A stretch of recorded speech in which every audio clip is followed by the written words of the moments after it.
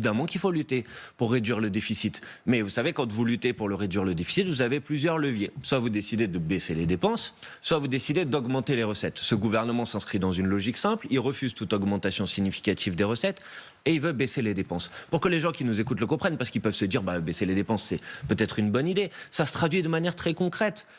C'est moins 700 millions d'euros dans le budget de l'enseignement supérieur et de la recherche. C'est moins plus de 100 millions d'euros dans le budget de l'éducation nationale. C'est moins d'1 milliard d'euros dans le budget de l'écologie, notamment par exemple dans le budget de ce qu'on appelle la prévention des risques. Je crois que j'ai pas besoin de vous rappeler ce qui s'est passé à Mayotte et la multiplication des catastrophes climatiques à laquelle on est confronté depuis plusieurs mois. C'est des conséquences très concrètes pour les gens. On va vous dire, c'est à vous de vous serrer la ceinture. On va vous dire, vous devez travailler 7 heures gratuits dans l'année. Bon, ça c'est ce qu'il y a dans ce budget. Et ben moi je suis pas d'accord pour que les efforts à faire, puisque vous me posez des questions sur les efforts à faire, reposent sur les Françaises et les Français ou sur nos services publics. Je pense qu'ils doivent reposer sur la mise à contribution des plus riches, des plus grandes fortunes, des plus gros patrimoines et qu'on a tout à fait les moyens pour le faire.